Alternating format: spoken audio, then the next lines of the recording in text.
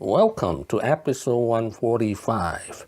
Patrick Soon-Shiong from South Africa to the richest doctor in the world. This is an outline of episode 145.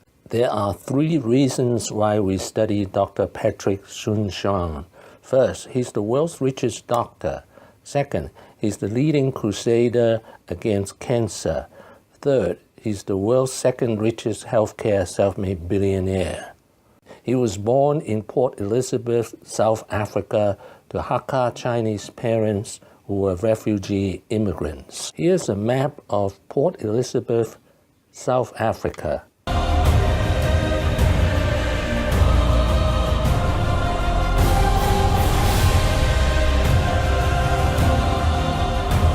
At age 13, he knew he was going to be a doctor. At age 16, he entered the University of Witwatersrand Medical School. Grew up in the era of apartheid, facing discrimination because of his Chinese heritage. I was born under the world of apartheid, couldn't own any property, was one of 2 Chinese in the school of a medical school of 200. I volunteered in Soweto as the children were being shot as the intern. I was the first Chinese ever to be able to be allowed to work in a white hospital if I took 50% of the salary of my peers.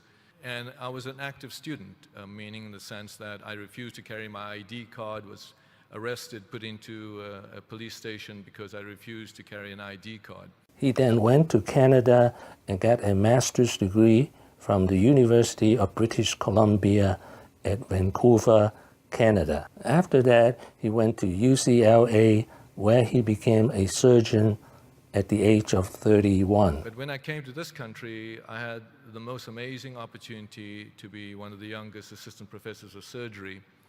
And I did the first pancreas transplant at UCLA.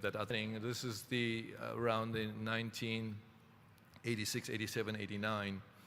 And it was considered front page news because it was the first whole organ pancreas transplant. Now, as a young assistant professor of surgery, this could have made my career. Then he got married to Michelle Chan, who was a TV actress on the popular show MacGyver. In 1991, at the age of 39, he left UCLA and his teaching post to pursue his passion on diabetes and cancer drugs. But I realized this was the most dangerous procedure you could do for a patient. So I went to my chairman and said, we have to shut down the program of which I'm the director, so that we can create an encapsulated islet cell transplant, meaning I believed wholeheartedly in my heart of hearts that we could take a living cell out of the pancreas, encapsulate it in a polysaccharide membrane, made a cross-linked fiber, and inject it in the abdominal cavity. He made 2 important breakthroughs. Breakthrough number 1, cancer is not inherited, but acquired. Soon-Shiong says that it's not the DNA we should be focused on the protein. All these factors factor in, and what you're born with maybe is a risk factor, that's your genes, but you may or may not translate that into an abnormal protein downstream that causes a cell to grow. Because at the end of the day, where the rubber meets the road is, what drug should I give to this patient to make this patient better? And in order to know that, you need to know what protein is abnormal that's causing that cell to grow, and how do I stop that protein? So now what's interesting is a patient with breast cancer protein signature could be the same protein signature for a patient with lung cancer. I think I'm more optimistic now than I've ever been in my lifetime. You know, we've spent, as I said, 40 years trying to fight this war, but we've been guessing all this time. So for the first time now we can touch and feel the cell at the atomic level in real time and watch it and chase it and be ahead of it. So if you then know the gene and you know the protein, then you know the drug.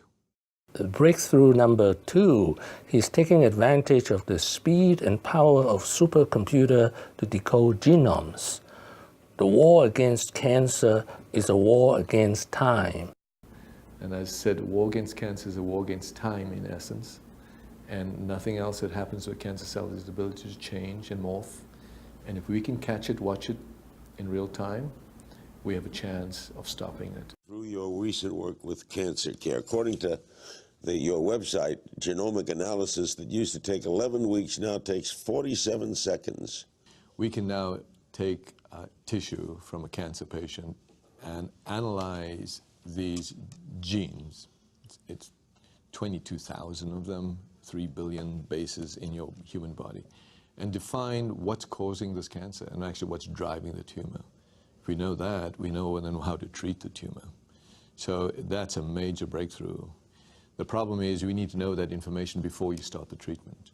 So now you have a disconnect, because if you can only take 11 weeks before you can get that answer, and you got 10,000 patients a day, you need to build a supercomputer that can do that in seconds and have the data before you actually start the treatment. How far away is this? We're there, actually. We're doing it? We're doing it real time as we speak. We're doing 1,000 genomes a month right now. So we made this breakthrough and be able to isolate the information to make a clinical decision before treatment begins. Not only what the treatment is, you actually have now some insight into the cause, and you have insight into what's driving it. And so you can now quantitatively and predictively make some decisions. How does genome know the cause? Because the gene, it's like hip bone tied to the knee bone.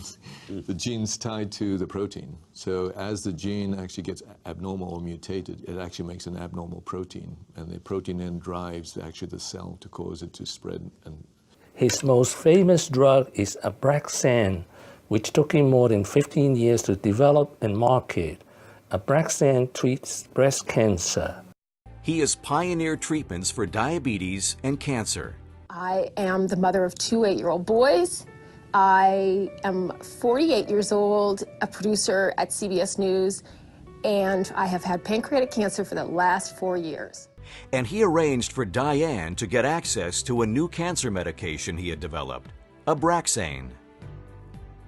Patrick and Abraxane has saved my life and given me life and allowed me to spend time with my children. We are all benefactors of his brain power. In 2008, he sold his company Abraxis Bioscience for more than $4.6 billion. Since he owned 80% of Abraxis, he became a billionaire at the age of 56.